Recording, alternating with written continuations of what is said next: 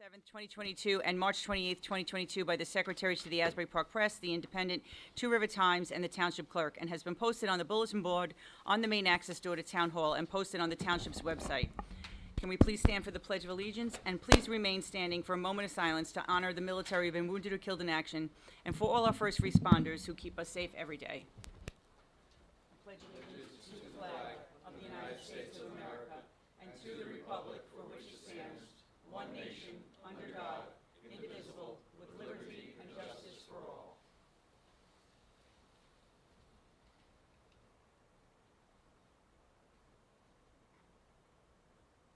Thank you.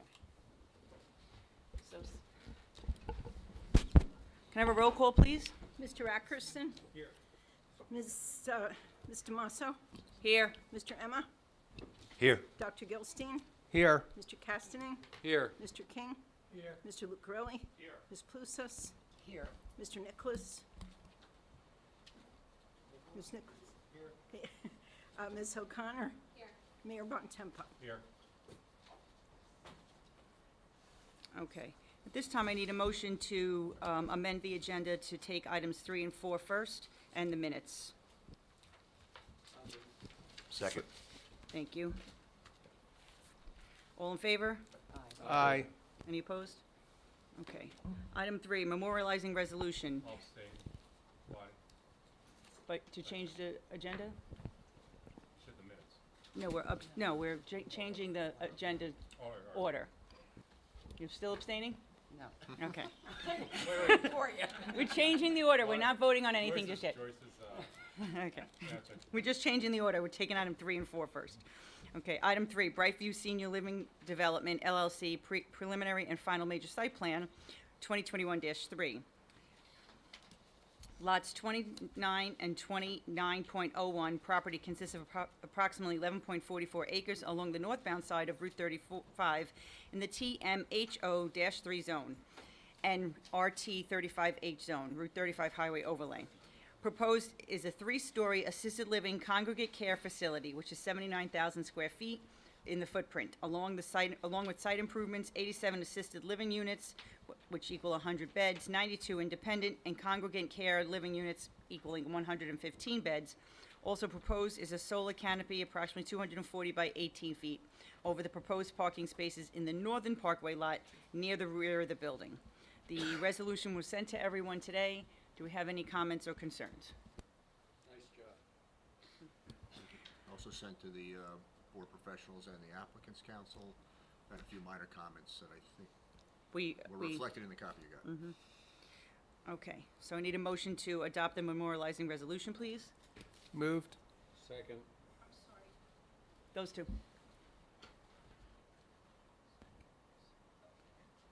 They were both here.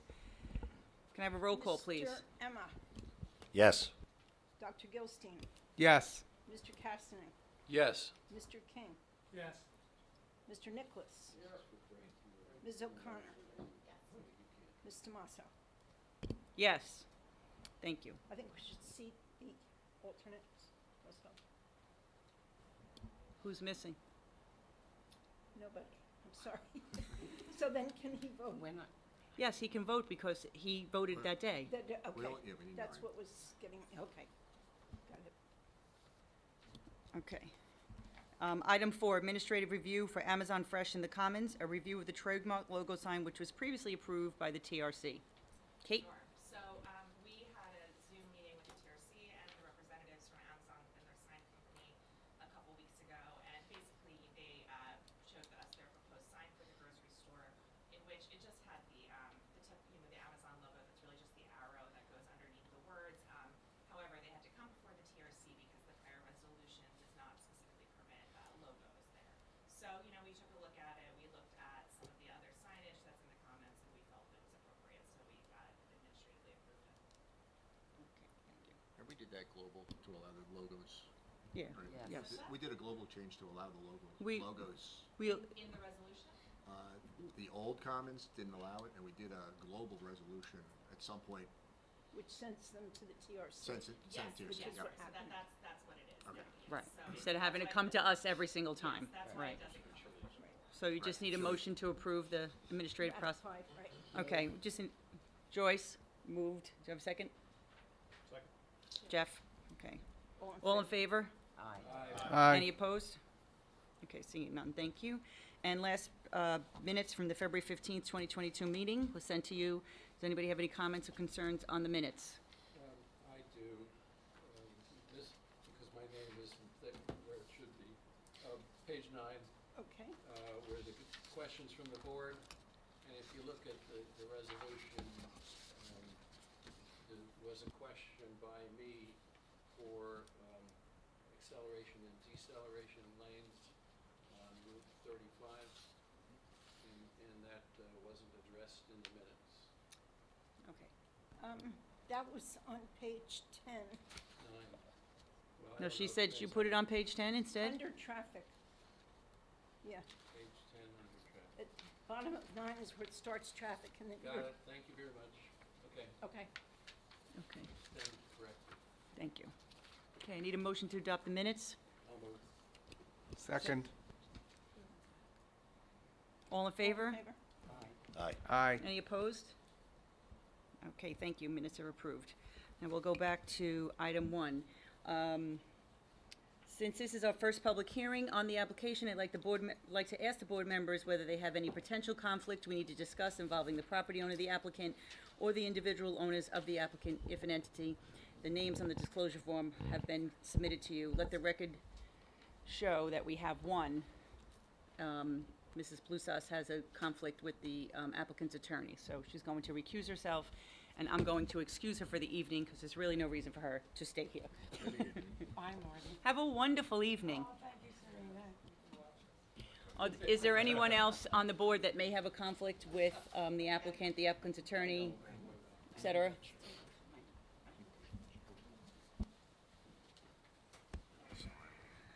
Okay, seeing none, is the applicant aware of any conflicts, Sal? No conflicts to our knowledge, Madam Chair. Okay, thank you. Okay, yes. Just a little, thanks. At this point, I'd like to see Mr. Nicholas from Ms. Blusas. So you could stay there, Bill. That'd be just easier. Okay. Okay. Item 1, completeness waivers for Heavenly Estates. Bonnie, all escrows are in order as well? Okay.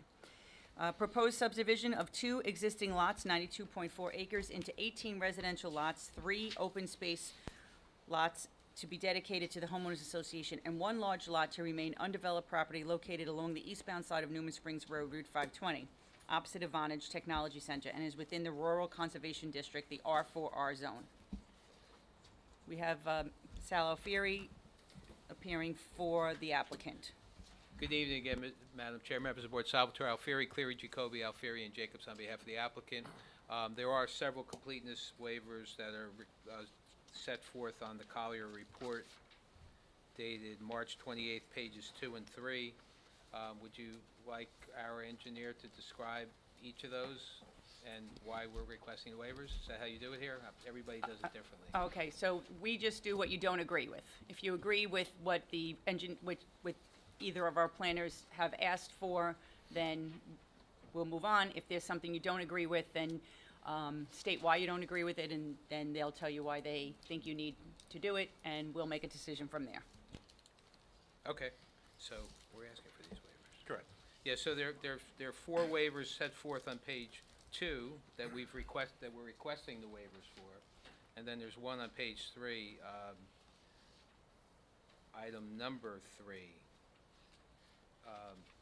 that we're seeking waivers for. If the board grants the waivers and then finds during the course of testimony that the information is necessary to consider the application, we'd have to provide that later. But I guess I would defer to your engineer if they're objecting to the granting of the waivers, or if you want us to put the justification on the record. Thank you, Madam Chair. So the 4 items that Mr. Alfieri is referring to is item A23, environmentally sensitive land area map. That information is shown throughout the application package, throughout the various site plans. The only reason we would have that particular map requested is to show it all in one spot. I think certainly we can proceed without that, and if the board does so desire, we can get it later on. Item D3, significant existing features on site within 200 feet of proposed development sites, ponds, et cetera. Same thing, that is shown on many of the plan sheets. It does not extend 200 feet in all directions, but again, it's something that the board can certainly ask for during the process, and I believe we can proceed without that.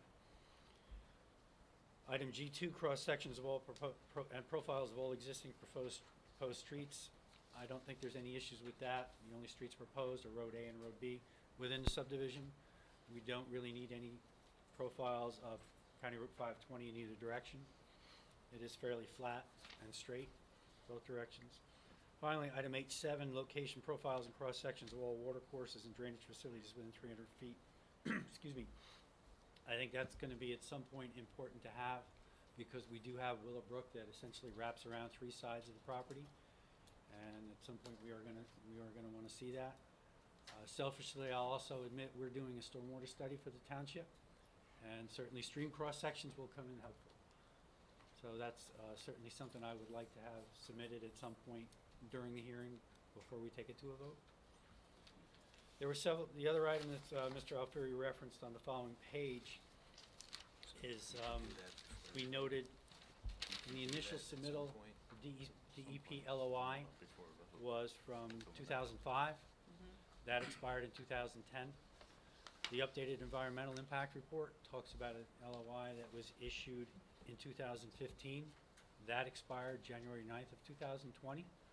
So I think we need an updated LOI. Again, that can be provided during the hearing process, but that should be provided and reviewed prior to any action being taken on the application. And that's all I have. Thank you. Sorry. I would just say the only other comment I have is that the applicant is requesting a completeness waiver for the fiscal impact worksheet. One was submitted that was part of the prior application, which dates to 2007, which is not very relevant right now. While I think that this is something that the board could request at some point, we'll see how it becomes during the process. I feel comfortable proceeding without it because this is a permitted use at the permitted density in the zone. But I think, as with all of this, I think that the applicant should be aware that the board may request that at some point during the hearing. Okay. Is that acceptable to you, Mr. Alfieri? Yes, it's all acceptable. I guess the only issue is the LOI. Typically, and again, this may be something you do differently here, but typically, a condition of approval is to get the LOI. We would apply for the updated LOI or recertification. Ryan will talk about that when he testifies. And if we get to the point that we could get a vote before the LOI is actually issued, we'd request that you consider granting it subject to the issuance. But we could cross that bridge when we get there, because we're certainly not there tonight. Okay. All right, thank you. I'm not comfortable with 4 out of the 5 items. I don't think so you have to turn it on or hold it. Okay, sorry about that. Yeah, let's just leave it on, I'll behave. So, as I said, I'm not comfortable with item A23, D4, D3, and H7 not being provided. I understand what the engineer said, that they exist elsewhere throughout the plan, but I prefer those items be provided individually. And likewise, I know they're taking a risk that the LOI might come back and find something that they don't know about, but I'd prefer that, and they're welcome to take the risk, but I think Inverness got into trouble because they got an LOI after the fact that indicated that all the lots they wanted to build couldn't happen because of newfound wetlands. So but I would like to see the LOI completed and understand whether this plan as proposed is even viable.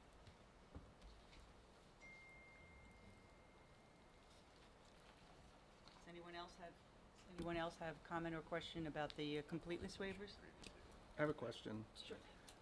So if we accept these waivers, we're not going to vote on this tonight until we see these things fulfilled at another time? Or are we saying they don't have to bother showing these things to us? If you require them tonight, they're not deemed complete. They'll have to submit to Bob's satisfaction whatever is required before we deem them complete. They'll have to come back for the public hearing after that point. So, but if we accept the waivers and agree to proceed, we will start, it's noticed, we'll start the public hearing tonight. So we're just starting the public hearing, we're not gonna vote on anything. It's up to the board. It sounded like Sal just said, we're not finishing tonight, Yeah, so. I mean, I'm not comfortable voting on anything if, Well, that could be a things are stipulation. incomplete. I mean, it sounds like, Sal, you're not gonna finish But- that anyway, is that? Yeah, and I'm my okay starting. my introductory comment was that if you determine that any of this information is needed to vote, then we understand. But we're all here, we'd like to get as much done as we can. So we can make that stipulation if the board majority is in favor of proceeding tonight. Obviously, there'll be no vote tonight. Make it clear before that vote's taken, and then if that's how you guys want to elect to proceed. That's the way I would wanna proceed. Yes, I would say that from my perspective, all of these comments that we've given tonight are just based on the amount of information that I think the applicant will need to share, predicated on the fact that there will be, if not more submissions, just based on board comments, more hearings, et cetera. Certainly, Bill, you represent us as the environmental liaison, so we take your input with a lot of weight and measure. Understood. So, I would, no, I'm not saying no. So if you are, I don't wanna put words in anybody else's mouth, but, if you are feeling extremely uncomfortable moving forward without this information, then I think we're kind of, pardon the pun, at a cross-section, of the board, because, I don't Well, really- whatever the board's pleasure is, I'm just one vote. Right. Zach is the liaison.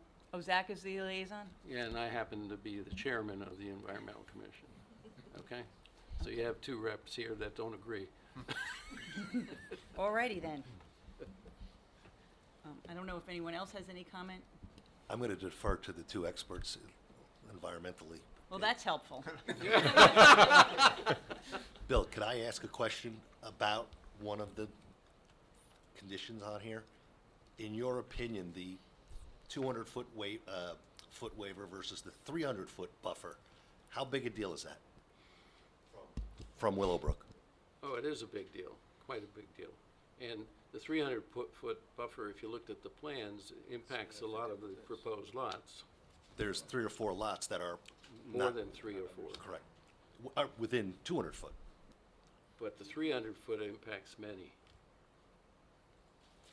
So, but that's not a variable, it is 300 feet.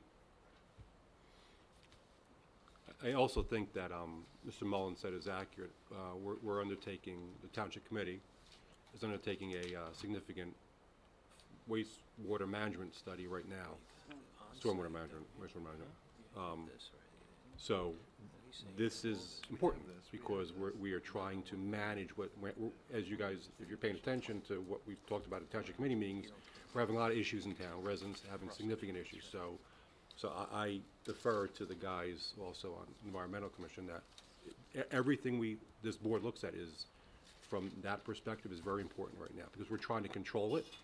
And if you come to Tuesday's meeting, you'll hear the Rutgers study present, which is a pretty in-depth look at some of the challenges we're having, especially down in the Palmer Avenue area, Middle Road area, and it's frightening, some of the, and how difficult it's gonna be to deal with these. So I don't want to exacerbate those issues by kind of not following the guidance that these guys have for us right now. So, the comment I would make is that I would agree with our engineers' recommendations that we would require item number 4, but I would be in agreement to waive 1, 2, and 3, but that would be contingent on any type of a vote. They would have to be provided to the board prior to any votes.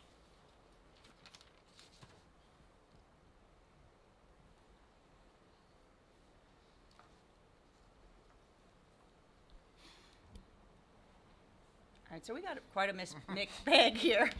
I think that we should put it to a vote then of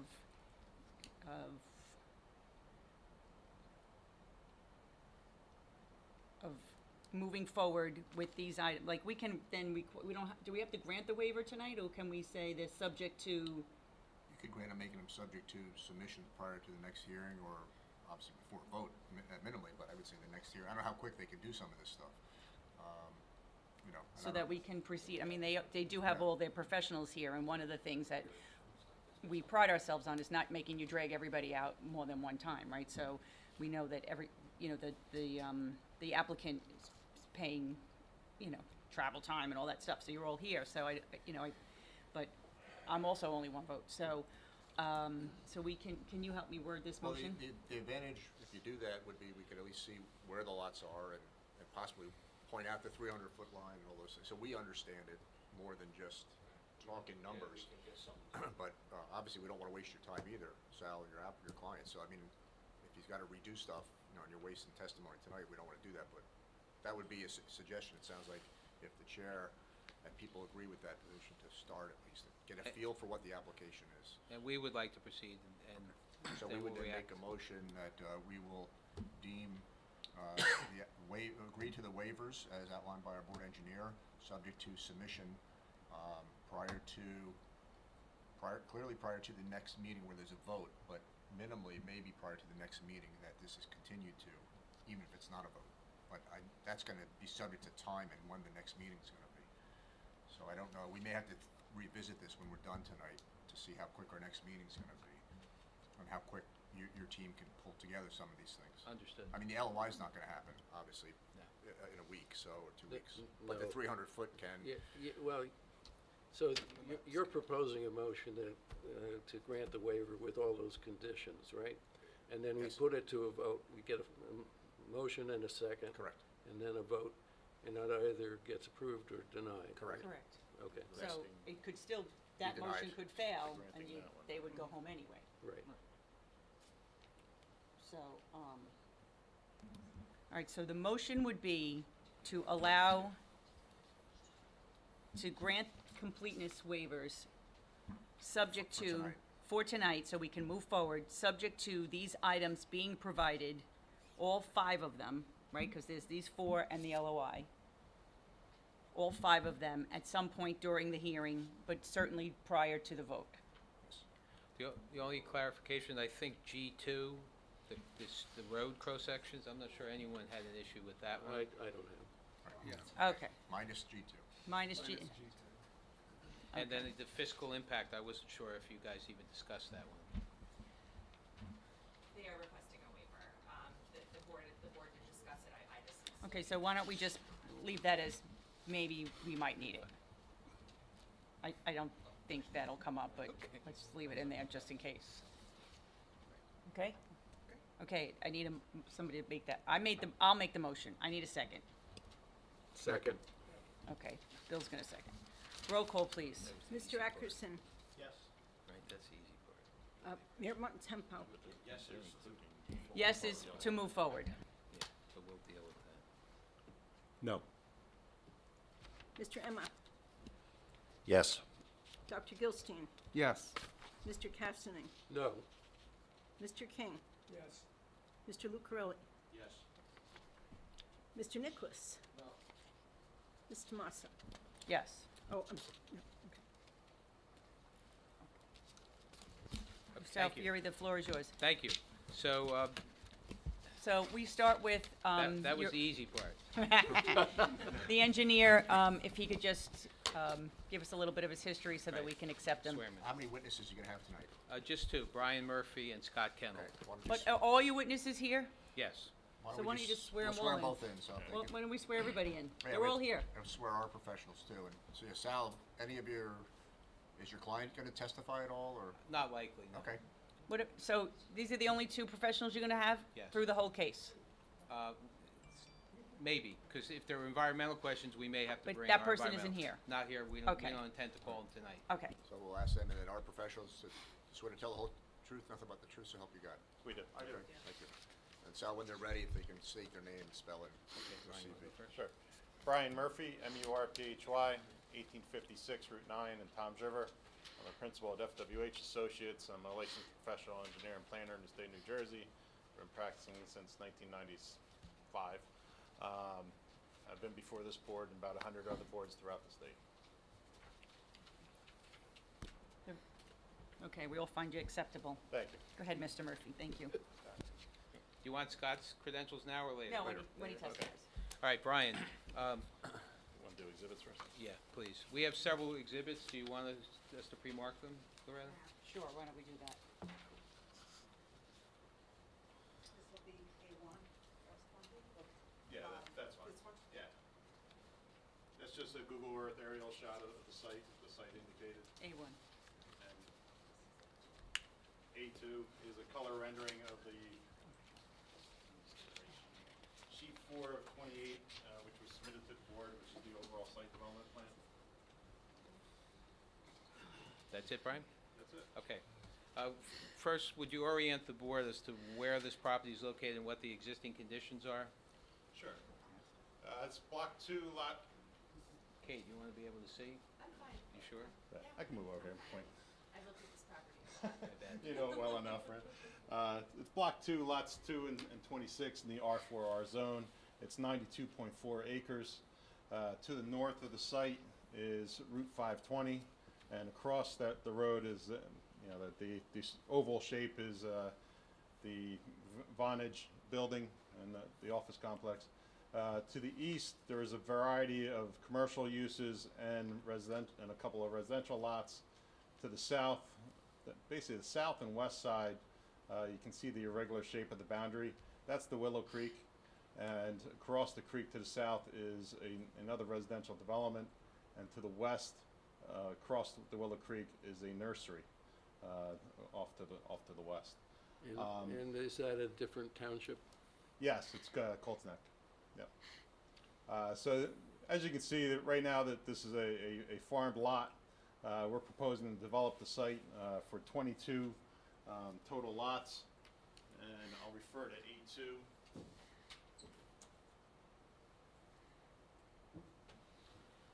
There's 22 total lots with access coming off of 520 with a road coming in and basically looping around. 17 single-family lots will front on that lot, on that roadway. The lighter green lot has the existing house and structures on it. That house will most likely stay. We're trying to get into it. We're having some issues with the renter to get access to evaluate the condition of the house to see if that'll remain. But it'll only be one residence. The barn is going to be removed in the back. It can't be saved. It's too far gone, and any other structures that are unsafe would be removed. You can notice that the driveway lines up with the driveway to the Vonage site. There's as I indicated, there's 22 total lots, so that's 18 single-family lots, essentially, that we discussed. And there's 4 open space lots. We have a lot in the center, basically the donut hole of the circle of the proposed roadway. We have 2 open space lots along the frontage, will be basically landscaped. And then we have the surrounding open space lot, which is over 50 acres, that wraps around the entire development.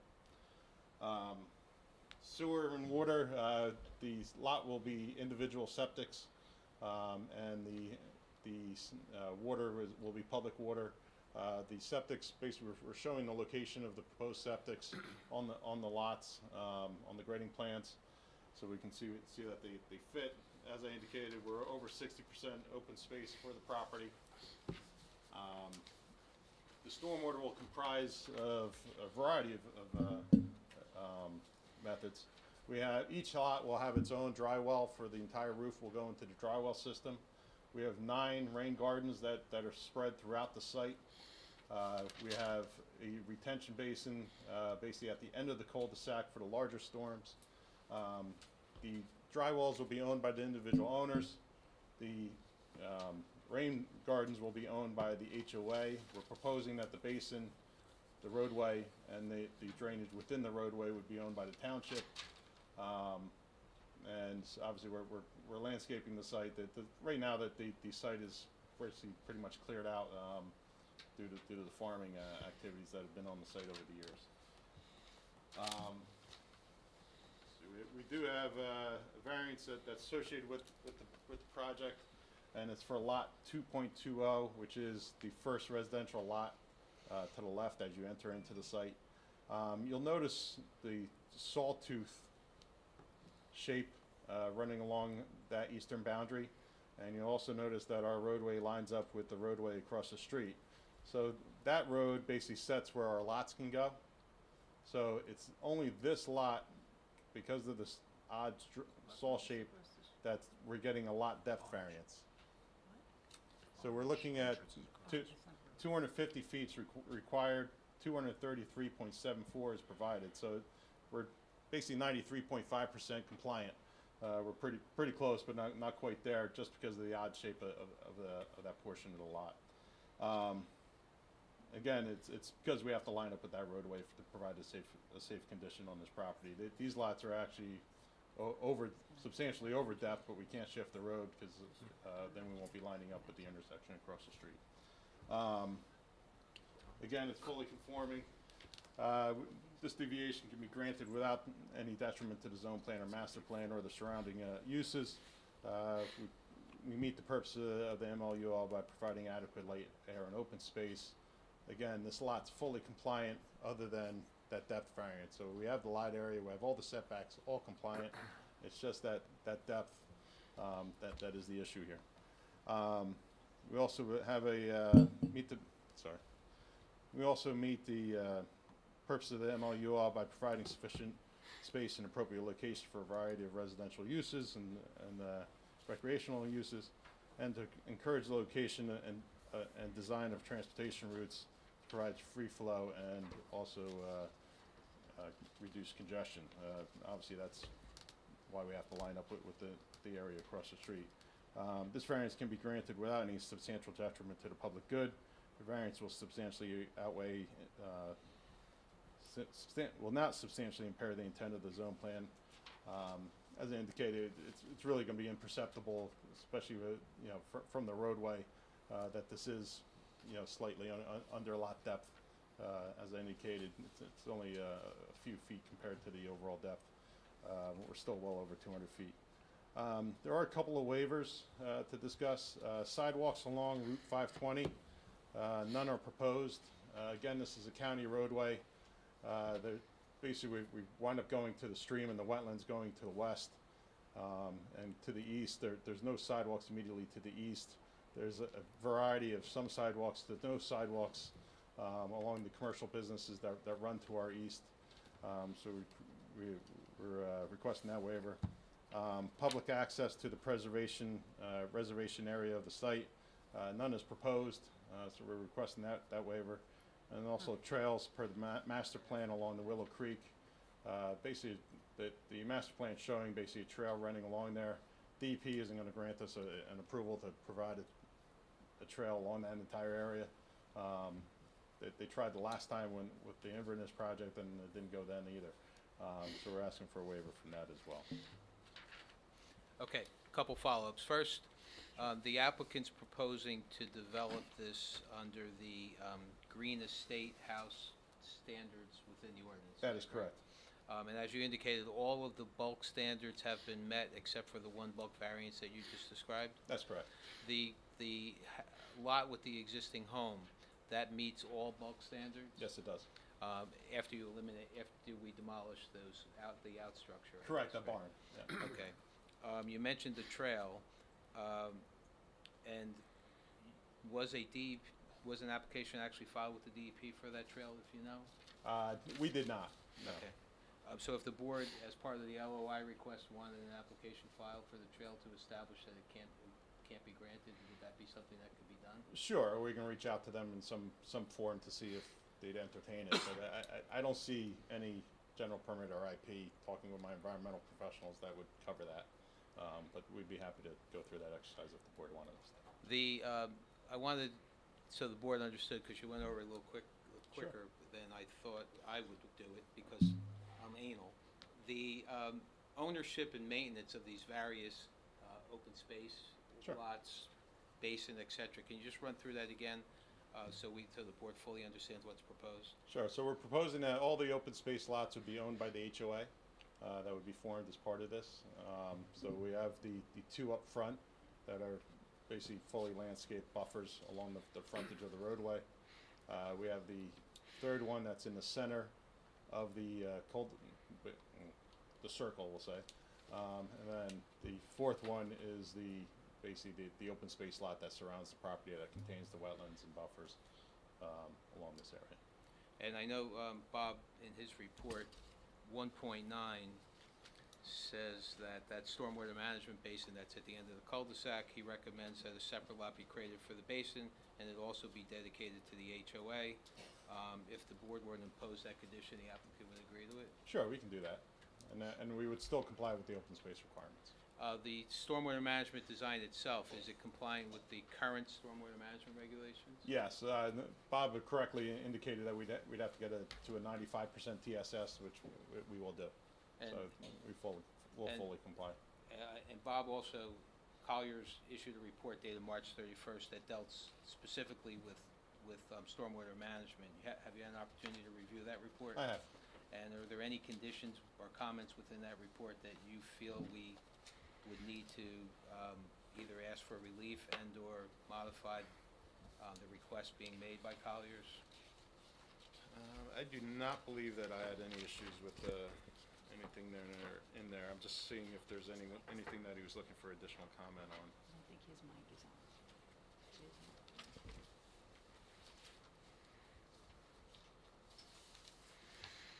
You're referring to the March 31st Yes, letter? I am.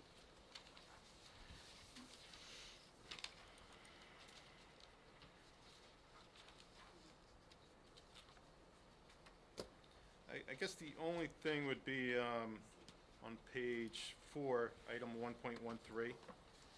This is referring to the slopes adjacent to some of the dwellings, and that's on lots 209 through 213. And that essentially these lots along running. Joyce. Yeah, Joyce.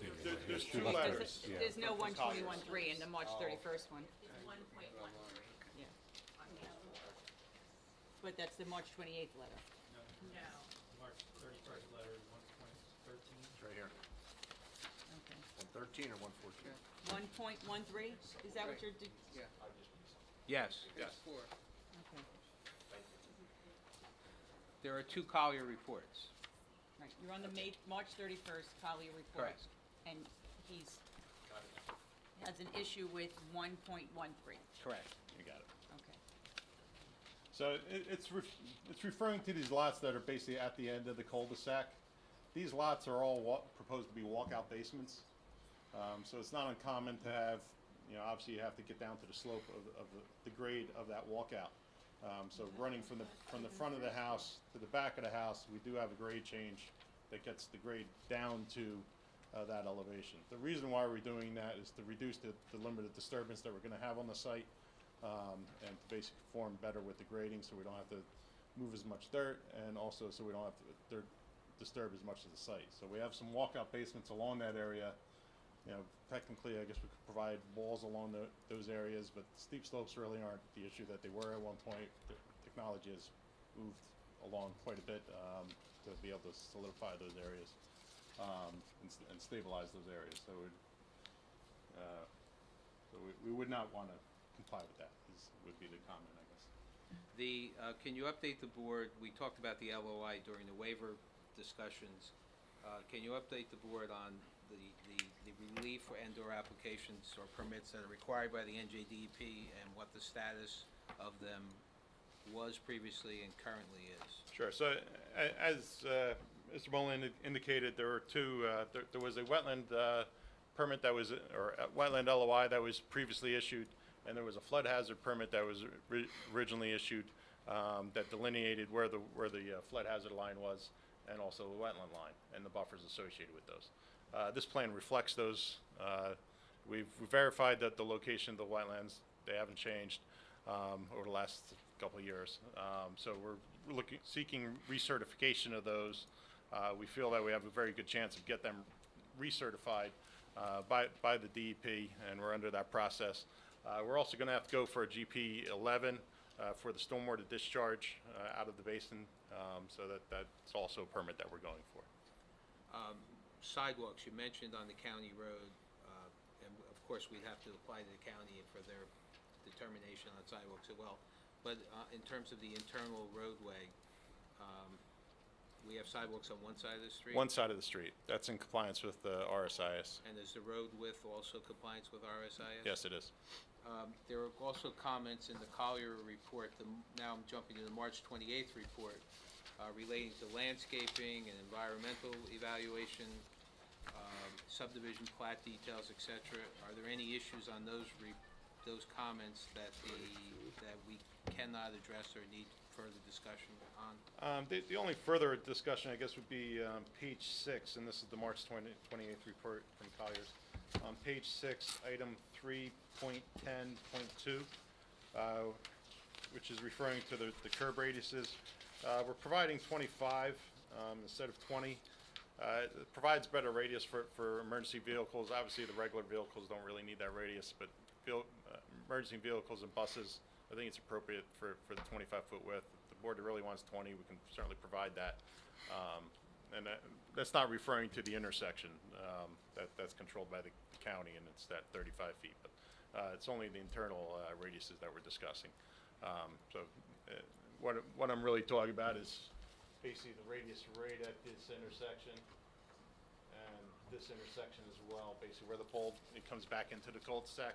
So it's just a little bit easier of a turn. So it gives a little more bend for buses and larger vehicles to be able to negotiate around there. So that's the only item I had any real issue with. So everything else you would agree to comply with as a condition of approval? Well, right under that, it says something about there's 5 street names submitted, but only 2 streets are shown on the plans. Yeah, we usually submit more than the minimum, only because a lot of them get kicked back because there's conflicts. So we usually submit, in order of what we're looking for. Obviously, whatever 2 that the town picks is the 2 we're going to go with out of those. It's actually the post office picks them, Yeah. So, so we don't have any say. yeah. But it did ask to be clarified, so if you agreed with it, then you needed to clarify it. Sure, you got it. Thank you. The only other item is on page 9, item 8.2. And it's regarding showing the gas and cable lines and everything else. I'm happy to do that, but the gas company, electric company winds up laying those out, and they don't do that until after the project is approved and is ready to go to construction. So I can show it, but it's really not going to mean anything because they decide where these things go, not me. But I can show a location, but again, it's going to be subject to their changing the location of those. As it relates to septic. Wait, because we Oh. have those in other plans. They have Yeah. been laid out. There's, utility easements laid out already. We also, throughout the township, so. Well, the easements are fine. Right, so that's what you need to show on your plans. Well, I think they're looking for the actual layout of the gas, cable, and electric, which, like I said, I can provide, but those utilities have the right to change whatever I'm showing, and they're going to show it in different locations. And that's true, if you could narrow it down to the extent feasible Sure. on your plan, but also you can accurately show them on an as-built. Yeah, as-built time, no problem showing that. That's up to them at that point. So. And I did spend 15 years working for the power company, so I can vouch for what he said. Right. And then one of the other. We get into the power company now. Whole nother can of worms. One of the other comments in the March 28th report is architectural plans. We do not have architectural plans yet. There's no design for what these homes are going to look like. We could, if the board ever wants to see it, typical, but it's subject to change. They're going to be custom homes most likely, and we're not sure who the buyer or builder will be. The applicant indicates that they'd like to build it themselves, but I'm not sure what will happen in the end. Septic system, you mentioned that all the lots have septic systems, and you show them on the plan, at least the proposed location. Correct. We did not get Board of Health approval for any of the septics yet. No, we wouldn't do that until we have houses actually going there. And then, as it relates to the lot with the deficient depth, is there adequate area to provide a septic system on that lot as well? Yes, the lot area is compliant, so it's only the lot depth, and as I indicated, it's only slightly under. And we show the location of the proposed septic on that lot as well. Okay. And there's more than sufficient room to provide that. And then, the stream, there's a 300-foot buffer you Correct, indicated? C1 stream. Okay, and that will be part of the LOI? No, the LOI will only define the wetland and the wetland buffer. The C1 stream is based off of DEP for the riparian buffer, and we show, that's really not gonna change the C1 stream. The stream, we know where the stream is, so we're basically setting that, and they're gonna agree to it. And this design is safely designed so that if it deviates slightly, you're not gonna have an issue with it? Yeah, out of all the buffers, it's the C1 buffer that's really controlling everything, because it's such a large buffer. So that one, I'm confident on the location of that. You know, as they indicated, you know, if the wetlands move here or there, you know, that it's not gonna impact us because of the size of the C1 buffer in this location. That was a broad brush of everything, and I tried to cover many of the comments that your board professionals have. I'm sure they have others that they'll probably ask us about, but that concludes Mr. Murphy's testimony as of now. Can I just wanted to make a comment to the board. You certainly may. Thank you. So, you know, I'm the board planner. We don't typically get that involved in engineering testimony at this level. But before the board goes forward with their questions, I just want to explain to, particularly to some of the board members who might not be familiar with the history of this property, and mostly with the zoning of this property. This property is, and the general area around it is in a type of zone that's unique for the township. Most of the southwestern portion of Holmdel was part of conservation zoning that was adopted in mid-2000s and revised a little bit over the next couple years. And the zoning here was basically intended to, you know, with the understanding that these were areas of the township that were desirable and likely to be developed, but in a way that's so that they could be developed in a manner that, you know, was as least impactful to the environment and to the overall fabric as it could be. And so at that time, a lot of very careful thought and work went into putting this zoning package together. And so it was really kind of like a vision that was put forward for what this part of the township would look like. And one of the mechanism that was kind of chosen to do that is something that's known as form-based zoning, which is not really something that exists elsewhere in the township. You don't really see it. It's still to this day. It's used in certain places, but it's still fairly unique in most parts of New Jersey where I work, at least. But the way that form-based zoning works is that while, you know, this is a single-family residential zone, and the applicant is proposing, you know, a number of units, and they do meet the density requirements for this zone, there's a lot of extra features to this zoning that you don't see in, you know, your typical R40A or R40B throughout the township.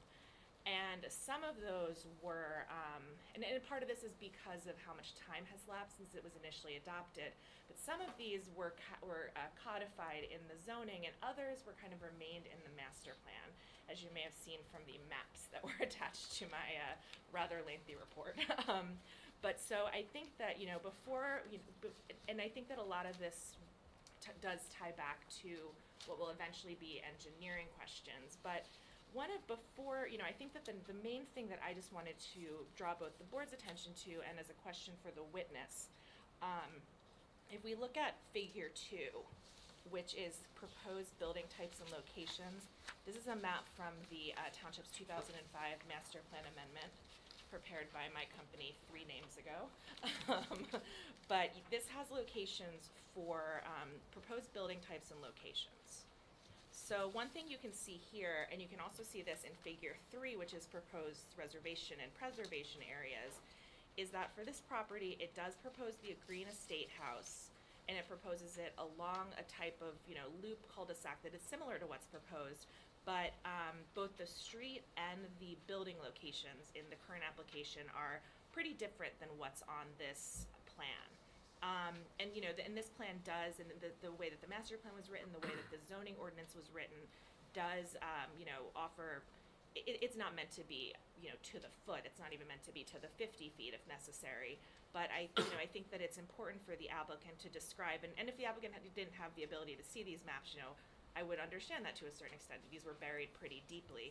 But I think that, you know, I'd like to have a better understanding about why the roadway was moved and why the building lot locations have been proposed where they are, which, as you can see, is several hundred feet closer to Route 520 than shown in this plan. Sure. So there's two items. The road was moved, as I indicated, to line up with the intersection with Vonage. So you want to align intersections for traffic safety.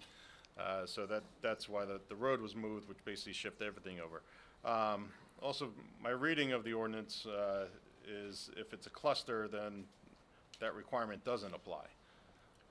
It says it only applies if it's, except if it's a cluster. No. You're talking about the locations, the building area locations? Yeah, the way it was written, it said,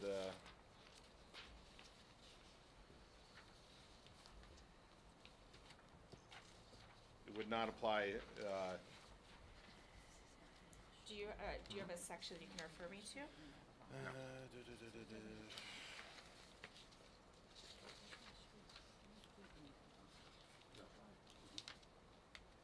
I can certainly provide that to you. Okay. I read over because, as you indicate, it's kind of an interesting feature in the town.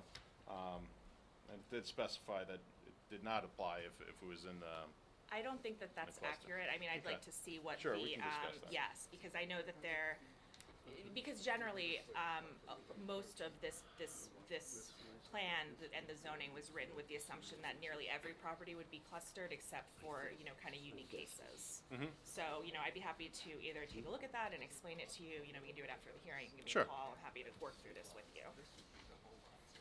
But yes, the building location plan, and that's the reason, you know, and part of why this is a form-based code is that it sets these boundaries, but there aren't things, like, for example, one thing is that the cluster provisions of the township's regular ordinance don't apply here, except when it's specifically written. And those have requirements that, for example, I think it would have to be set back 100 feet from an arterial street. So that doesn't apply here because this was meant to override that. And again, you know, there is some flexibility inherent in how this was written, but you know, given that it's a couple hundred feet closer to the roadway, I think that that's something that the board should consider and the applicant should consider. And and to be honest, I think that, you know, just from my reviewing this and the previous applications, it looks like that the environmental factors shifted too. But that's something that the board can still weigh in looking at, you know, the layout of what's proposed. Sure. Yeah, it looks like from this map that the roadway that's shown on this basically aligns with that driveway that goes into the farm lot, which I don't think is. Not really, and you keep calling the street, that piece of land, no, the one you lined yourself up with, you keep calling that a street. It's not a street. It's a driveway. Intersection. It's a If I called it a driveway street, to then get I'm in and out of Vonage. Correct. It's not a street, so I don't think that you'd have to, like, Yeah, I don't moving it think- I there don't to think I line was it in- up together is, you know, so I just want to make that for the record. It's not a street. It's a Correct. driveway. Yeah, if I said And- street, I apologize. I Yeah, thought it was it's- saying intersection. You actually said that as the reason why you moved it, so, To line up with the intersection. to line up with the street, you said. Okay. So, I'm an attorney by trade, by education, so I pay attention to a lot of words. And it's not really, if you look on figure 3, it's not lined up with the outgoing driveway either. If you look on, like on 2, it looks more lined up, but on 3 it isn't. Figure 3, Oh, on her figures. it's not lined up. It's just, and I know it well because I lived through it. 2005, 2006, 2007, hours and hours of living through it. So I know it pretty well. Well, I know- I know the zone and everything pretty well. Then Mayor Fink, I inherited it from Mayor Fink when I became mayor. So I'm pretty familiar with all the form zoning, and Kate was kind in her description of how it actually occurred, so. Yeah, I'm not saying Kate's firm was actually a firm that was here too, so, you know what they say, what goes around comes around, right? History repeats It's back. itself, here we are. So that's all, so I just want to make those two corrections on the record. So, I mean, that's just one of the comments that I do have in my report, and I think that that's kind of, from my perspective, that's kind of a threshold issue, so I wanted to raise that. There's a few other things. I think that some of the questions that I had were answered, you know, with regards to the secondary dwelling, the barn, the clustering. One thing that I think that is, you know, and I'm going to put this on the applicant's engineer, which is that the township, and especially for this zone, does have a specific definition of open space and what qualifies as that. And I just, you know, if you could just confirm that all of the open space on the tract does meet that definition. And I don't know if you've taken a look at that or not. Yeah, it's I kind of alluded to it that when Sal asked me about Right, it. the If we stormwater, could cut the stormwater basin on its own lot, which we could if the board wants that to happen. But the stormwater basin cannot be included in the open space calculation. Right now, we're showing the open space, including that because it's on the lot, including in that lot area. But as I stated, even with that cutout, we still comply with the open space requirement. Yeah, and that would be the case Sure. even if it remained Yeah, on we can that give lot that break. as well. Yeah, we can give that Yes. break up. Okay, so, you know, I would just, you know, just something to keep in mind. You do have a little bit of room. You know, so I calculated it about 66 and a half, where 60 is required. You take out that stormwater basin, you're probably down a couple percentage points. But, you know, but that's just, I think, something to be aware of, especially when it comes to stormwater Sure. maintenance. And I'm not gonna go through my entire letter, but just testimony that was addressed thus far. With regards to the architectural plans, I understand that you know, that might be the applicant's intention to build custom homes, but there is some architectural standards for this zone. And you know, and honestly, for this type of building, it's not incredibly prescriptive, but the board is going to you know, unless the board's willing to waive this, the ordinance does require that certain building materials and you know, just general proposals are provided. It doesn't have to be every single home, but you know, like they're supposed to be kind of like a vernacular and a framework here. So. And we can indicate that we're not seeking a variance from those requirements, and any architecturals that are proposed for the site would have to comply to that. We also made it easier back then too, that was also. There was, I wouldn't even I call can it see a- the pain on your face. I would call it a very specific dialect. Yeah. Yes, so, one thing that did not come up, and I believe this was in Bob's letter, but, the street lighting that's proposed, it looks like you're proposing post tops, where the ordinance does require that they are downcast. Yeah, we agree to Okay, change those. Okay, Yep. So, yeah, I guess that would have been included in Bob's report. And then the last thing or two more things I'm going to address right now. One is under preservation and reservation areas. We would just, I would just ask that if you know, at some point in the process, the plans are revised to kind of differentiate, either it can just be on a separate exhibit, even, you know, where preservation areas would be, and that would be anything that's really gonna go in a conservation easement eventually, and reservation areas, which are those, which, I mean, honestly, looking at the map you have up now, that kind of looks similar to what that may look like, but, Sure. but yes, I would like to see something like that once we get a little further. And that covers a couple of those there, and the applicant did indicate that they're requesting a waiver from public access to those areas. And then with regards to trails, we tried to work backwards, kind of figuring out what was going on over the last applications, which, you know, were never perfected. And I think that because this was something of a vision for this area of the township, and there's county parks nearby, and there's other types of connectivity in the area, that, again, unless the board sees fit to waive this, that if the applicant, you know, could, I think it would be to the spirit of the zoning to try to pursue that type of trail as we go through this application. And again, you know, the maps that are in the master plan do show locations, and we understand that there's limitations to within, what you can do within the riparian buffer, et cetera. But I think the idea is really to provide connectivity to these natural areas within the township. And that, I believe, is pretty much what I have for now. Thank you. Bob, do you have anything? Thank you, Madam Chair. I just did want to go back to our March 31st letter regarding stormwater, and I do apologize, by the way, for issuing two separate letters, but I didn't want to hold up the No, that's overall fine. review for stormwater, so that was 3 days later. Comment 1.8, Mr. Murphy, you indicated that the rain gardens on the residential lots would be dedicated to the HOA? Correct. So the HOA would be responsible for the deed restriction and the maintenance? Yes, Okay, because that is a requirement of the new stormwater regs. absolutely. Just wanted to Yep. confirm. Thank you. That's all you have? That's it? Okay. Have any questions? Yes, I have a question. Yes, sir. I have a question regarding the dry wells, which basically are handling water off the roof. On that end lot, I think it's 212.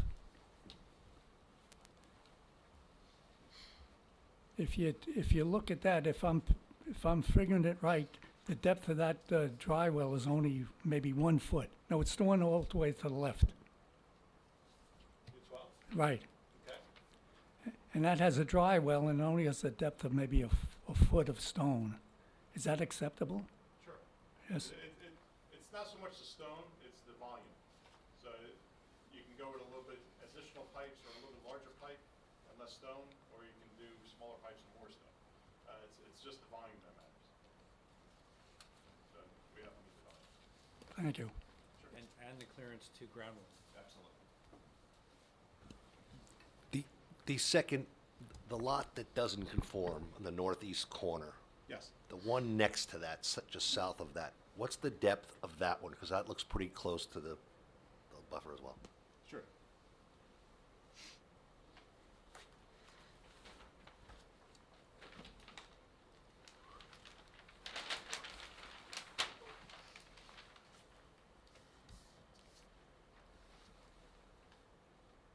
$283.22.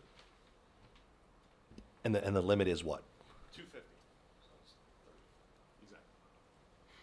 And then my other comment was the 3 lots on the southwestern corner that, the issue with the slope. Yeah. You know that there's going to be walkout basements, but yet there's no architectural plans yet. So how do you know, just because of the topography of the... Exactly, topography of the ground, we know what basically the finished floor to basement floor rate difference is gonna be, so we can set those, we show finished floors and basement floors on these grades.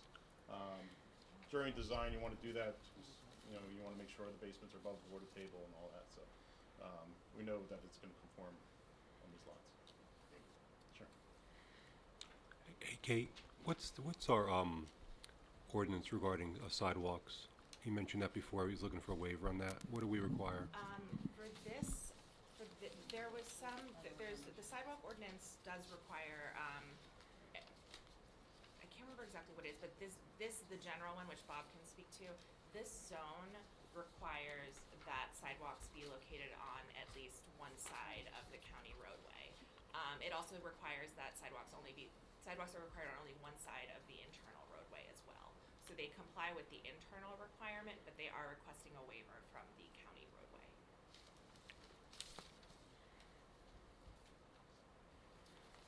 Yeah. I'm just confused on your answer on 113 about the grading of 33% and 20%, where the engineer is recommending a maximum slope of 10%. You're not willing to comply with that because you want to have 'Cause these walkout basements. If it were 10%, you wouldn't be able to have a walkout basement? Or? Yeah, because you can't get down fast enough along the because you have to make that Right. distance up across the side of the house. Right? So, I mean, So what would be the problem with that? You Well, just wouldn't have a walkout basement then. well, I don't have enough room, so it was either, I could provide a wall, so I could have a lower slope and then have a wall, and then the lower slope. I think it's cleaner to just have the grading going down, down to that area. You're presuming a walkout basement. Yeah, absolutely. And I'd prefer not having a walkout basement, so you wouldn't have to deal with the slopes. Well, if the board doesn't want to allow us to have that slope, then I can just put a wall in and make up that drop in that elevation with a retaining wall. So I'm not a professional planner, but I'm a member of the AISTP. And I like form-based zoning. And so I'm really concerned about there not being an adequate buffer as proposed in one of these maps along 520 Newman Springs Road. Those are very narrow lots. And by the way, if it wasn't a concern to me, is that one open space lot on the northeast side required to have the same depth even though it's not a building lot?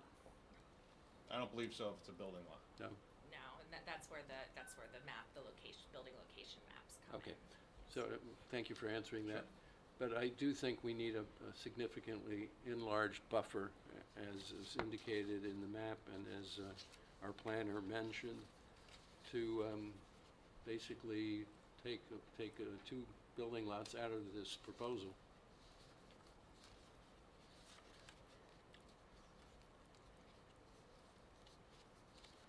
That's my intent. So off of 520. Yeah, off of 520. Yeah.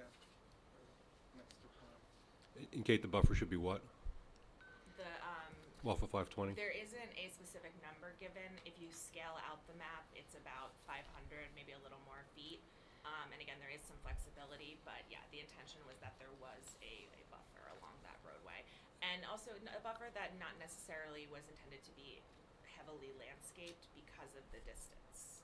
Because that's kind of the trade-off you see in a lot, there's a smaller buffer, and they are proposing very nice landscaping along there, but not something necessarily that's called for in this specific ordinance. My recollection is that it was to remain looking like a farm along 520, that it would still look somewhat like a farm was there. So there was, and maybe even that, and again, I couldn't, shockingly, I couldn't find my plans, but I'm sure they're somewhere in my office. But my recollection was that one of those homes was a farmhouse-looking home, and then, or the farmhouse that was there was to remain, and that was part of the 500-foot buffer in the front, give or take, Yes. so that it would look like there's a farm, and all those houses were kind of in the back, kind of like shielded almost, so that it would still look very rural along 520 in that area, because it is basically pretty rural. Even though there's some homes and stuff, when you drive that section of 520, it's a lot of wooded area. Even on the other side, there's only a very small office building and stuff past Vonage. So that was, at the time, my understanding, the thought process. I mean, What's the proposed depth now 80 of that feet. setback? 80 feet with the landscaping in it? Yeah, it's heavily landscaped along. And what's the width of the four lots in near 520? These four lots? Yeah. Those lots. The other thing I would note for the board is I think one way to look at how the setback is shown in these maps is that it kind of aligns with the existing farmhouse. Right. And again, it's not the full length of that property because there are those other outbuildings. But if you I think a good way to look at it is the setback of the primary dwelling that's proposed to remain. So if I heard correctly, those front two lots are a depth of 80 feet, and Kate, you're proposing a depth of 500? The two open space lots, yes, are 85 feet. And according to this map, She did, which okay. again Just does making grant sure. some flexibility, and They that's were the outraged when form-based Capelli code took is the there's not a number there, but it is supposed to match the form. So, unless the applicant. The flexibility, but 80 to 500 is quite a big, significant Yes, difference. and that's the reason that I raised this. If it was 400 feet, you would not. I wouldn't be specifying that. But yes. And that buffer counts as open space? It would, it depends, the applicant would have different ways they could do it. They could continue, it could be part of the overall large lot, but yes, unless it had certain types of stormwater basins in it, it would count as open space as it does today. And the problem with moving it back, that amount that we would need is there's setbacks on the backside of that property that would preclude that? Depending on what the environmental conditions are, I would leave that to the applicant to let us know what those are. So, did you find out the lot width? Yeah, the lots along the west side are 180 each. And then this one's 230 and 202. So if you added on the west side, 180, 360 plus the 80, it doesn't add up to the 500 feet that we'd like, give or take. So, whereas I thought maybe 2 of those lots should go away, now I'm saying 4.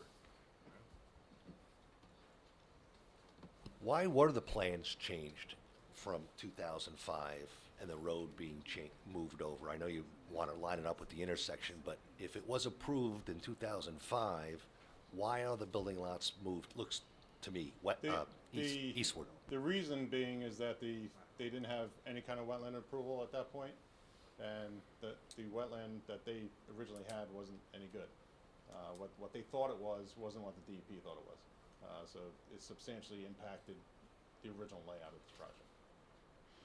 So it was moved eastward to give a bigger buffer to the wetlands, yes? Correct, correct. I have a question about wetlands, and I'm not sure who to ask it to, so I'm just going to ask the question. You said wetlands don't change over time, and the LOI was last done in 2015. I didn't say they don't change over time. That's my question. Do wetlands Absolutely. change? Absolutely. Because you're looking at plans from 2005, and logic says Yeah. stormwater They can. moves. They can. That's a concern for me. Yeah, that's why we have to get a new LOI. Yes, and I would agree, yes, wetlands can shift, and, it has to do with how they're measured, and that's not my area of expertise, but the idea of planning around them. And I think, and I don't know if this is where you were leading with your question, Mr. Emma, but in terms of, where they change over time, that's not really, I don't think that that's a standard the board can look at. You could look at the LOI that's in front of you, you can look at an LOI that's a condition of approval, but we can't predict where they might be in 10 years, or if they were to go back and measure it. But the question here is, whether, when the wetlands, when the LOI came back in 2007, 2012, and they couldn't construct it in that location, and that's why they've pushed it closer to here, the board has to weigh that, whether they think that that's worth granting a waiver or variance to permit the movement of the overall development. I have a question for our professionals. This is as so many farmland, farm sites are, they are allowed to modified ag, and they put tiles in to get rid of the water. And I'm sure this lot was tiled so that they could do more agriculture on what was the wetland area. So will the DEP address what they know about the tiling?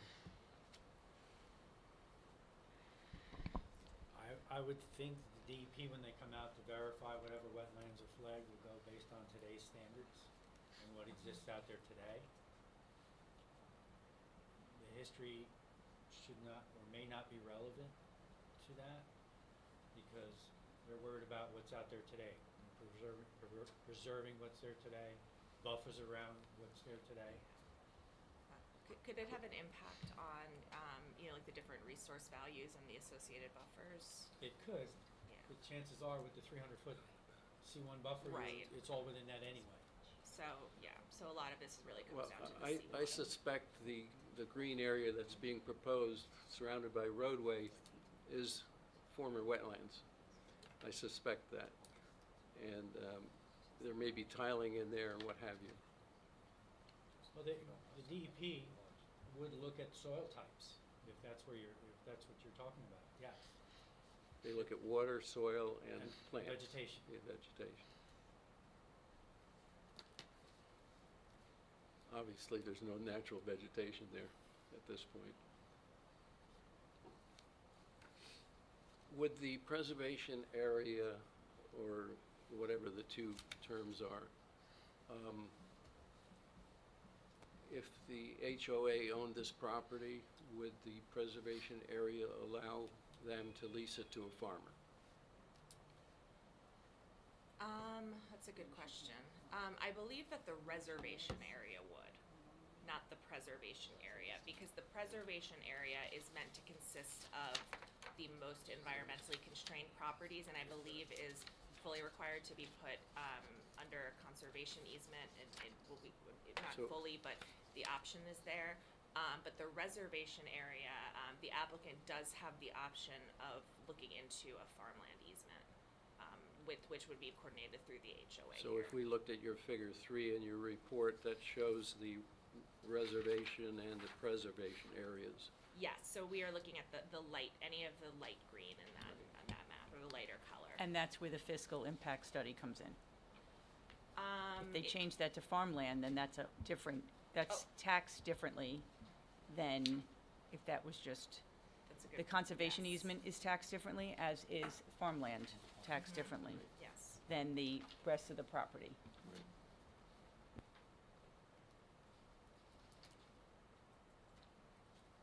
So if they do agree to a preservation area as shown here, which doesn't comply exactly with what they're proposing here, that would have a fiscal impact, but they don't have to have it farmed, right? No, there's no requirement for that.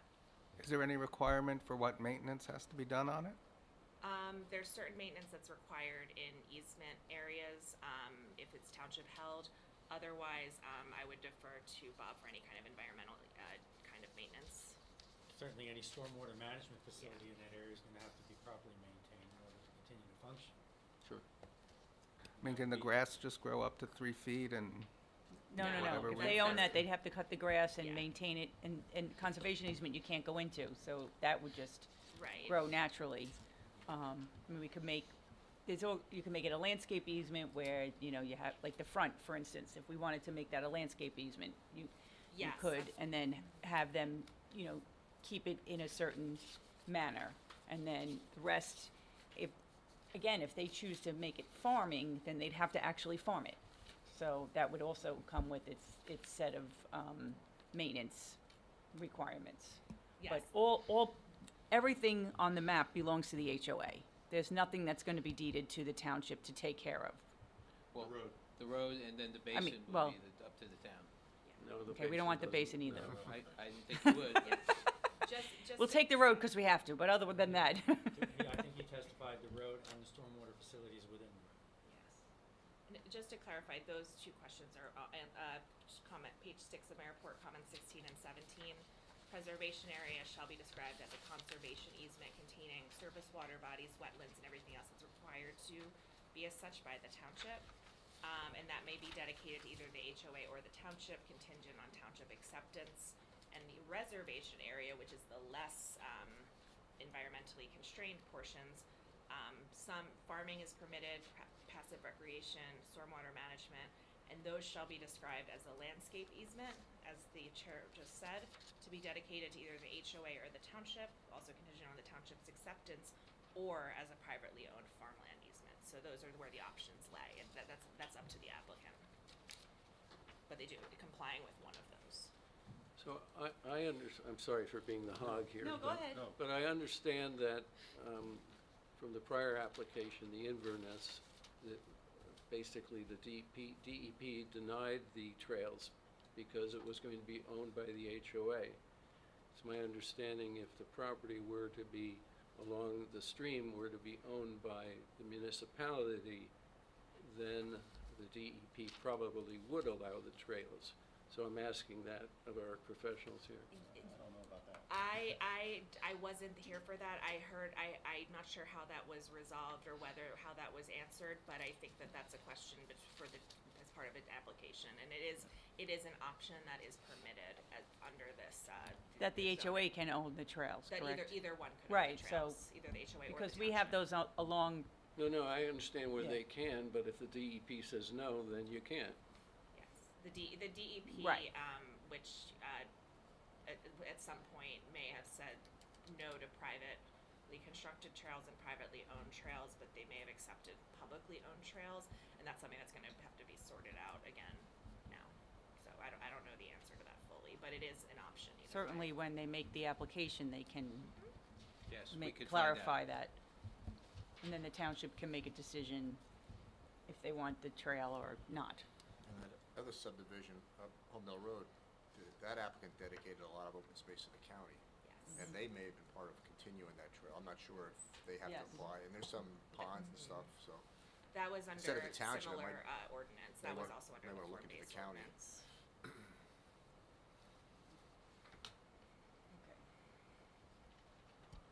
Would the county, would that satisfy the ordinance if it's county instead of town? Not to the letter, but a waiver could be granted Okay. if the board was acceptive of that. Yeah, it's not specifically outlined, but yeah, that's something the board could grant a waiver for. Two quick things. Bonnie, you said all notices were sent, so the people in Colts Neck that adjacent to this property were all noticed, right? Okay, cool, thank you. I just make sure. The question, with regards to the septic system, is there a soil log, a permeability test for the lots? Has that been done yet? Yes, Okay. every lot. Do we have a copy of that?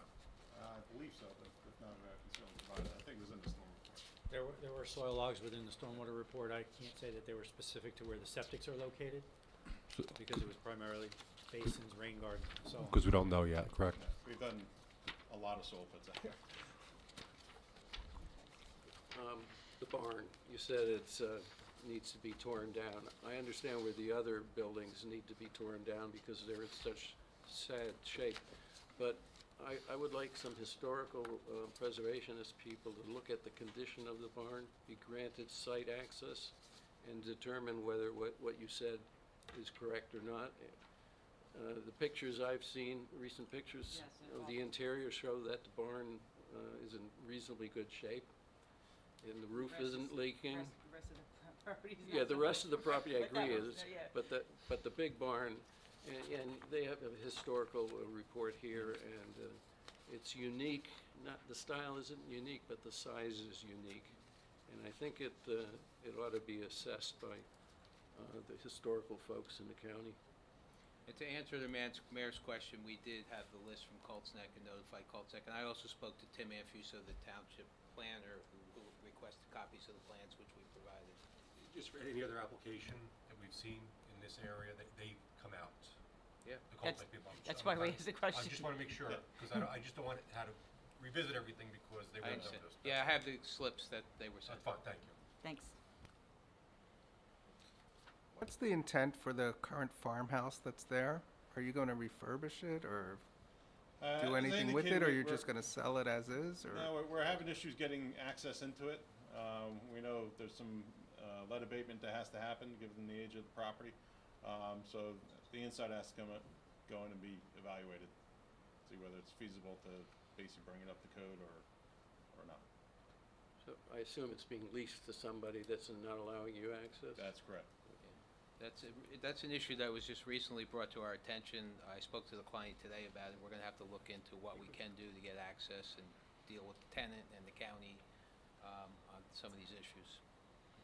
So, again, sorry, the cul-de-sac at the end, that bubble, Yes. I think I know the answer, but why is it necessary? Why can't you have those two southernmost lots be accessed directly from the road without that bubble? Frontage and circulation.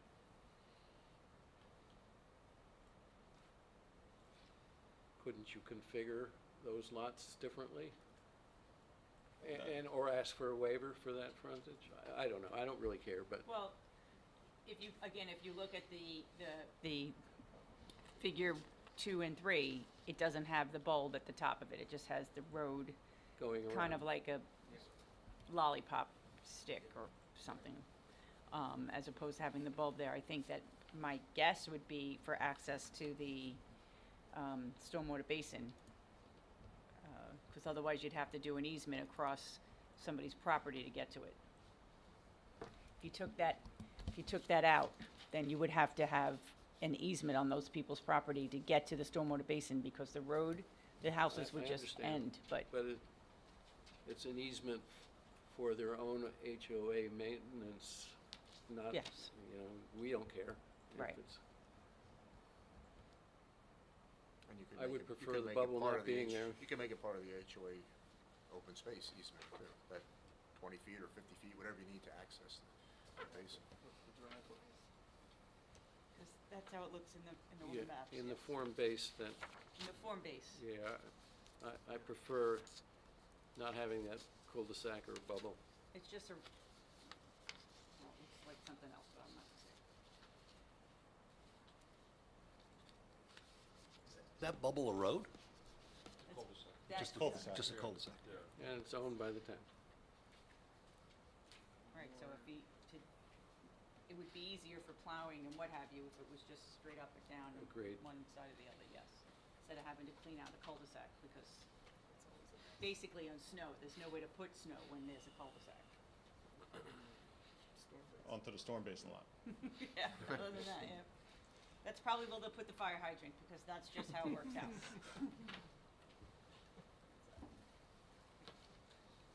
If that one lot where the existing house were to, is that conforming per zoning? Yes. But it's not conforming for farming or farmland assessment, right? No, it's not enough, Yeah, it's not 5 acreage. acres. Yeah. It's under acreage. It does conform to the Green Estate House standards, and that is included in the overall density calculation for the tract. But just because the whole lot is now farmland assessed, doesn't mean this remainder would be farmland assessed. No, it would not be. It could still be farmed, but it can't be farmland assessed, because you need 5 acres plus the acre for the house. Plus the acre. above Right, it. Yeah, six, technically six, six. yeah, I understand. But that's why originally in the form-based zone, it was termed this way.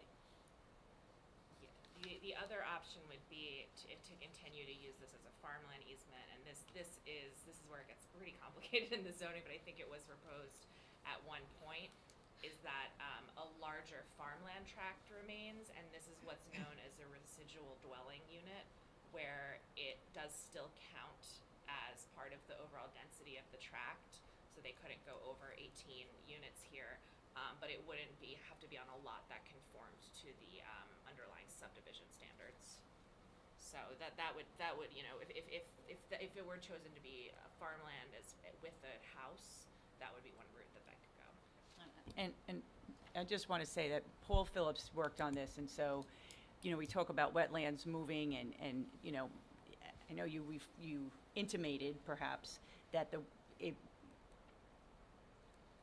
when we put this plan together, it might not have been conforming. I can honestly tell you that I don't think Paul Phillips would ever put anything together that was not conforming, and so doing the 18 lots then pushed back was what fit. And as you know, we're 20 years, almost 20 years later, things shift, move, and what have you, and so that's maybe why the wetlands are, to your point, Ron, you know, had to be shifted forward. So I think that if we were doing form-based zoning now, it would not be 18 lots, it would be 16 or 15 lots as opposed to then.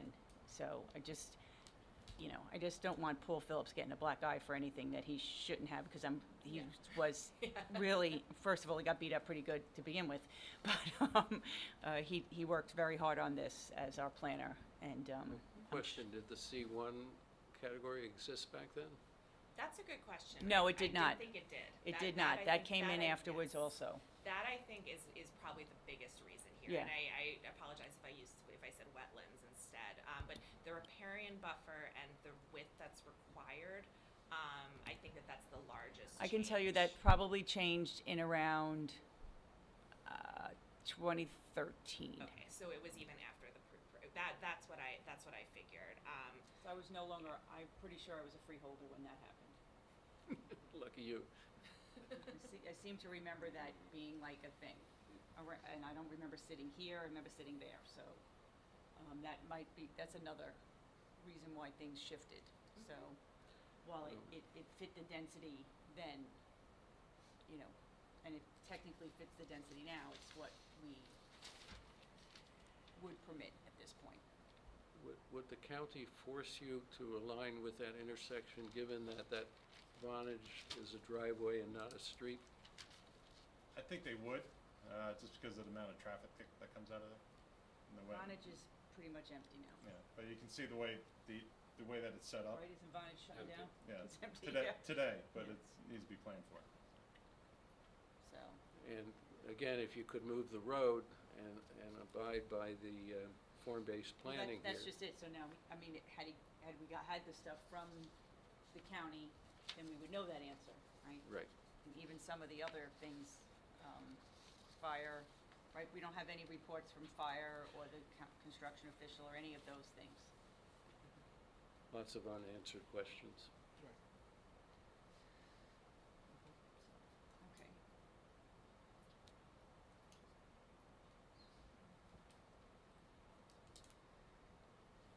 Do we have any other questions for this witness?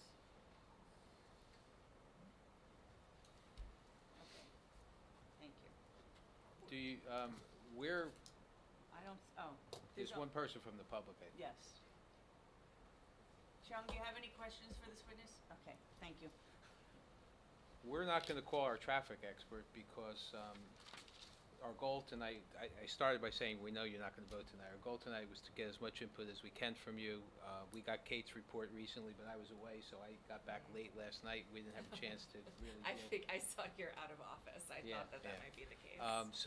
But we wanted to get as much detail and comments from the board as we could. We will communicate with the county, and Scott, our traffic expert who's here tonight, heard some of your comments. We'll see what their position as it relates to the location of the internal roadway, and obviously the other concerns that the board has. So I think if you can move that road over, it gives you the option then to put some more open space in the front, which seems to be, Right. more to the board's liking. To get it closer to what's on the figures, understood.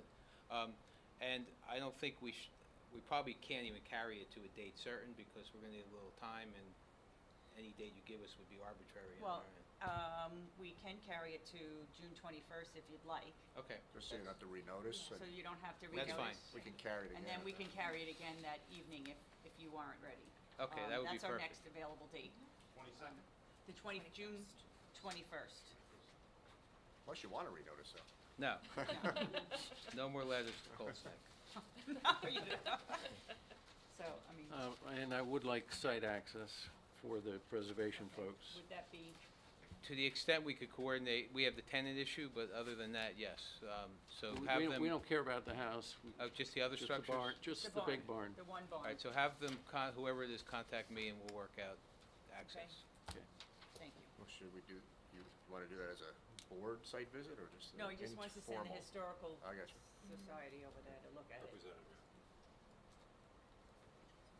I don't think we need a site visit just yet. We're moving, you know, Just wanted to clarify. yeah, no, just the, okay, so we need a motion to Carry that. for carry the notice. application to June 21st, without further notice. Moved. Second. The dynamic duo over there. Quick. They're quick. All in favor? Aye. Any opposed? Okay, so this application will be carried to June 21st, 7 PM, right here. Be there or be square. Is that like the guys in the Muppets that sit in the upper? Yeah. Please. I'm just, I used to like you too. You gotta start something more, you be careful. I love those guys. You kidding me? So she'll keep those. That's a compliment. Thank you, everyone. You're welcome. Thank you. Good night. Thank you. Alrighty. We're done. At this point in time, do we have anything from the planning board engineer, the planning board planner, or the attorney? Not for me. Nothing to add in this evening's happy agenda? Okay, so, May 3rd is our next meeting. We're gonna do Holmdel Family Apartments, which was, the application that's going to come back to us, the lawsuit. And we're gonna start Mumford Homes, which is where? Oh, we did that a Yes. gazillion years ago too. Like, I feel like I'm. Deja vu all over I'm again, going around in huh? circles here. Okay, I've been here way too long. Okay. I have a question for the planner. At the corner of Middle I and have a great Laurel answer. behind. 17th, will be ready for now. Tell me. Yeah, the one that was a lawsuit, yeah. So this is, Joyce is they here, moved she it a just little couldn't. bit. okay. We'll see if, Right, if we need it. If we don't need it, we'll Hold on, cancel it on May 3rd. we lost control they're here. supposed to, Okay. Madam Chair? refuse to say I'm gonna. All righty. Madam Chair? Nothing else? Now he has No, a question. I have a Oh, wait. question. Just very briefly. Wait. Yes, we are. Dr. Gilstein has a question. Go ahead, doctor. I need an ask because Kate is already ready to answer. Wait, but none of us know the. The question is, what's the story on our open space and recreation master plan? Open space and recreation plan, which we are doing in order to, to support future Green Acres funding and as part of the township's master plan, will be kicked off within the next week. Oh, okay, great. Okay. All And so when should we expect to see it? That I need a little more time on. But like 6 weeks, 8 weeks, like? It will not be May 3rd. Okay, good to know. Okay. We're still setting the schedule. There will be at least 2 hearings, public hearings before the planning board. One won't be for another many months down the road when we have, not many months, but several months down the road when we have a final product. But I will be doing an introductory presentation, potentially, maybe second meeting in May. We can talk about, I'll talk with Bonnie, what will be the I won't be schedule. here. Oh, you won't be here. Keep in mind, No, it's okay. we have to meet June 21st no matter what to carry again, so if they are not ready, that might be a good Okay. meeting to target. Okay. That gives you enough time. Oh, yes, and Yeah. at that point, we'll have be in pretty good shape. But as you know, obviously, this is an element of the master plan, so it requires, we love the planning board to be involved, and we need them to be involved. So we will be, we'll be giving you updates as that progresses. Great. So how is input being solicited? Input has not yet been solicited. Right, but I mean, it's gonna start this Will week, they so. advertise it, will they advertise Yeah, it, they how? ask people to, come to whatever, they start internally? Yes, And we're then still they the move, internal, we're still and the then they move internal out, that's why we have Right, public okay, hearings so and like, stuff. when would the recreation committee expect to see a notice of, we'd like your input, or, I don't have those or dates. the environmental commission, The or Environmental whatever? Commission will be very early in the process. I don't have the specific dates yet, but we can talk. Okay, I have a quick question. okay. Why can't we use the iPads like on the TC for like these meetings to look at like plans and stuff? Is that something that we just don't do? Like, We could, we just don't own iPads. no, like when we have the TC meetings, we all have iPads and we look at the agendas Like, on it. you don't bring them home? No. Well, I suppose Bring we your can. own, yeah. Bring your own PC or Yeah, no, I just thought they were. Well, gonna be here. we can supposedly, I'll we bring can. my own if I. Yeah, but we can ask, the clerk to lend them Is to that us. who they're Wendy's? They're with Wendy. Oh, okay, so if they're, all right. They're not hers, they're No, I they're know. yours, but we No can problem. So ask, we'll- Bonnie we can bring ask our her own to, for the planning board. you could. Or if we have them, Always just here when we sat down, so I thought. they so were maybe we sitting can ask Wendy to help us do that going forward. One for everybody? Is that what I'm hearing? Sure. Ask how we achieve that. Yeah, that doesn't Right. have to be- Otherwise, right now, we have 5, or no, how Maybe many? there's not enough for everyone, so. Well, we could share. We could get cozy, All right, thank you. okay? Yeah, so Bonnie will look into it maybe for the next meeting or 2 meetings from now. You can also go request that the applicants present things on the screen if they're willing to. Oh, you're on the 2 screens, you could Yeah. use that as well. Okay. At least like the agenda, I know what you mean, like, at least so you can follow along on agenda or whatever. Sometimes there's plans. No, there is no meeting on April 19th. Our next meeting is May 3rd. We currently have nothing scheduled for May 17th, but May 3rd may push to May 17th if there's some cleanup stuff. There's no meeting June 7th, that's primary day, and then there's a meeting June 21st. Those are your, Next two are May 3rd and then June 21st. those are the 2 definites. There may be May 17th. And maybe May 7th, for all of you, not me, okay? It's a national holiday, you don't know about it? So, all righty, if there's no further questions, can I have a motion to adjourn? Second. Thank you. All in favor? Aye. Thank you. We'll see you May 3rd. Happy Easter, everybody, or whatever you celebrate.